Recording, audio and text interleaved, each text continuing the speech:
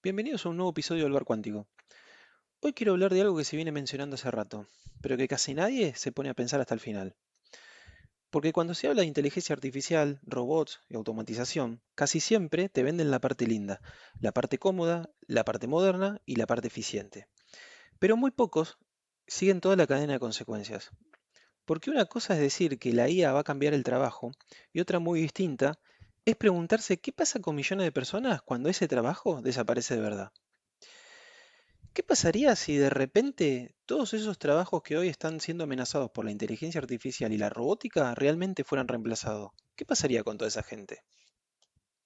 Sí, obvio, algunos podrían reconvertirse, muchos irían a otros oficios, a trabajos manuales, servicios, cosas más humanas, pero no todos. Y ahí arranca el verdadero problema. Porque si una parte enorme de la población queda reemplazada, entonces ya no estamos hablando solo de un cambio tecnológico. Estamos hablando de gente que puede quedar literalmente afuera del sistema, afuera del mercado laboral, afuera de la productividad y en muchos casos afuera de toda estabilidad.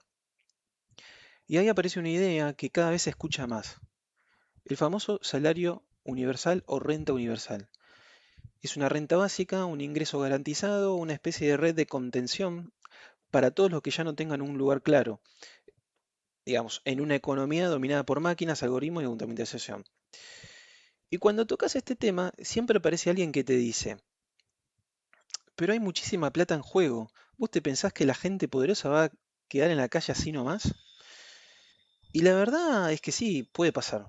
De hecho, ya pasó en 1929. Hubo fortunas que se hicieron polvo, hubo gente poderosa que cayó, hubo nombres que parecían intocables y dejaron de serlo. Mientras tanto, otros pocos entendieron antes que nadie para dónde iba el mundo, y se terminaron obviamente beneficiando. Porque cuando cambia el sistema de verdad, no se salva a todo el mundo por tener plata. A veces lo que ocurre es una transferencia de riqueza generacional. Y no importa si cae la bolsa, no importa si desapareció una empresa histórica, no importa si se fuman fortunas enteras. Cuando pasa, pasa. Y sobrevive no necesariamente el más rico, sino el que mejor entendió el cambio, el que se adaptó primero, el que estaba mejor parado, el que tenía más poder real o mejores contactos. Entonces, digamos, no hay una garantía de que una revolución tecnológica vaya a salvar a todos los poderosos. Lo que sí puede pasar es que haga caer a muchos y concentre todavía más el poder de unos pocos. Porque una cosa es imaginar un futuro donde todas las empresas se vuelven más eficientes gracias a la inteligencia artificial, pero otra muy distinta es pensar qué pasa si no todas sobreviven en esa transición. ¿Qué pasa si automatizar cuesta una fortuna? ¿Qué pasa si solo los gigantes pueden hacer de verdad? ¿Qué pasa si miles de empresas medianas o chicas no aguantan? Entonces el problema ya no sería solo el desempleo, sería también la concentración. Menos empresas, menos competencia, más monopolio, más poder en menos manos. Bueno, ahora volviendo al salario universal, porque acá una de las trampas más delicadas del mundo que viene es la siguiente. Nadie te explica realmente de dónde saldría esa plata. Pero además hay algo todavía más importante. El salario universal no se empezaría a discutir porque a los poderosos y a los que manejan los hilos de todo les encante regalar la plata. Se empieza a discutir porque en un mundo cada vez más automatizado, lleno de inteligencia artificial, robot y procesos automáticos, si la gente se queda sin ingresos, también se queda sin poder de consumo. Y ahí aparece la contradicción central del sistema.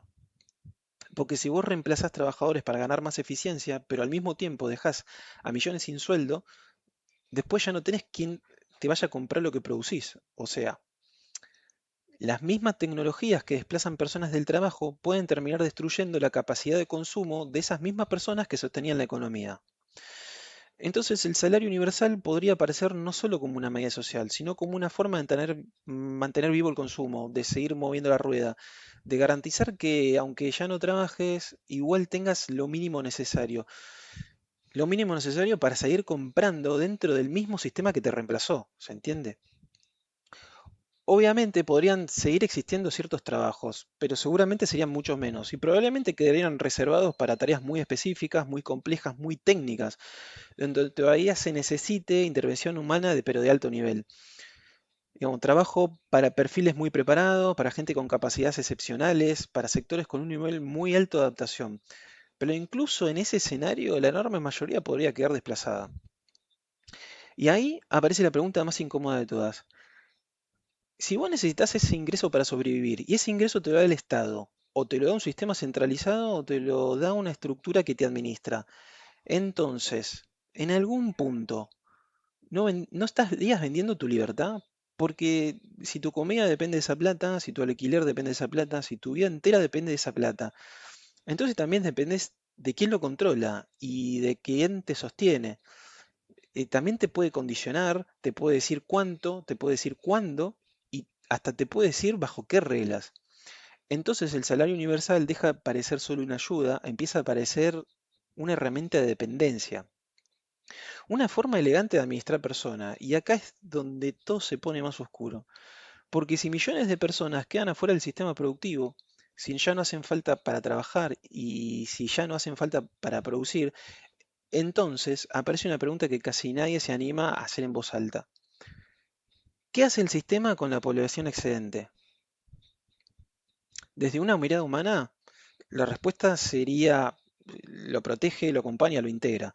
Pero desde una lógica fría, tecnocrática y de control, la población excedente puede empezar a verse como un problema. Y cuando una población empieza a verse como un problema, lo que viene después suele ser el intento de administrarla. No siempre con violencia, no siempre de manera explícita. A veces se arranca con discursos sobre eficiencia, sobre sostenibilidad, sobre recursos limitados, sobre el impacto humano, sobre la necesidad de rediseñar la sociedad. ¿Les suena algo todo esto? Bueno, y de a poco puede empezar a colarse una idea todavía más inquietante, que tal vez hay demasiada gente para un sistema que cada vez necesita menos humanos. No hace falta imaginar necesariamente un plan explícito, a veces alcanza con algo más frío. Un mundo donde cada vez nazcan menos, donde cada vez más vidas queden marginadas y donde la vida humana empieza a valer menos frente a la eficiencia del sistema, ¿no? Y si a todo esto le sumás tecnología, el escenario termina de cerrar. Porque hoy ya vivimos rodeados de celulares, aplicaciones, geolocalización, cámaras, datos de inteligencia artificial, etcétera. Todo eso por separado parece cómodo, hasta útil, pero junto puede convertirse en una red perfecta de seguimiento. Y si además el dinero del futuro pasa a ser completamente digital, programable y trazable, de hecho ya existe algo así, la blockchain. Entonces ya no se trataría solo de pagar, se trataría de poder decidir qué podés comprar, cuándo podés comprar y cuánto podés comprar. E incluso si vas a poder comprarlo. Y ahí el problema deja de ser solamente económico, se vuelve político, moral y humano. Porque un ser humano que depende completamente de un sistema, que es vigilado por ese sistema y que consume bajo las reglas de ese sistema, ya no vive del todo libre, vive autorizado. Entonces, tal vez el mundo que viene y nadie te cuenta no sea simplemente un mundo más tecnológico, tal vez sea un mundo donde la IA reemplaza trabajos, las empresas se concentran, muchos quedan afuera, el salario universal mantiene el consumo, la dependencia reemplaza la autonomía y la vigilancia termina cerrando el círculo. Todo presentado como progreso, como eficiencia, como solución. Y quizás esa sea la parte más peligrosa de todas, que no venga disfrazado de opresión, sino de ayuda. Porque tal vez el verdadero riesgo del futuro no sean las máquinas, digamos, no sea que las máquinas piensen como humanos, sino que los humanos acepten vivir como piezas administradas por una máquina. Esto fue el bar cuántico. Nos vemos la próxima. Adiós.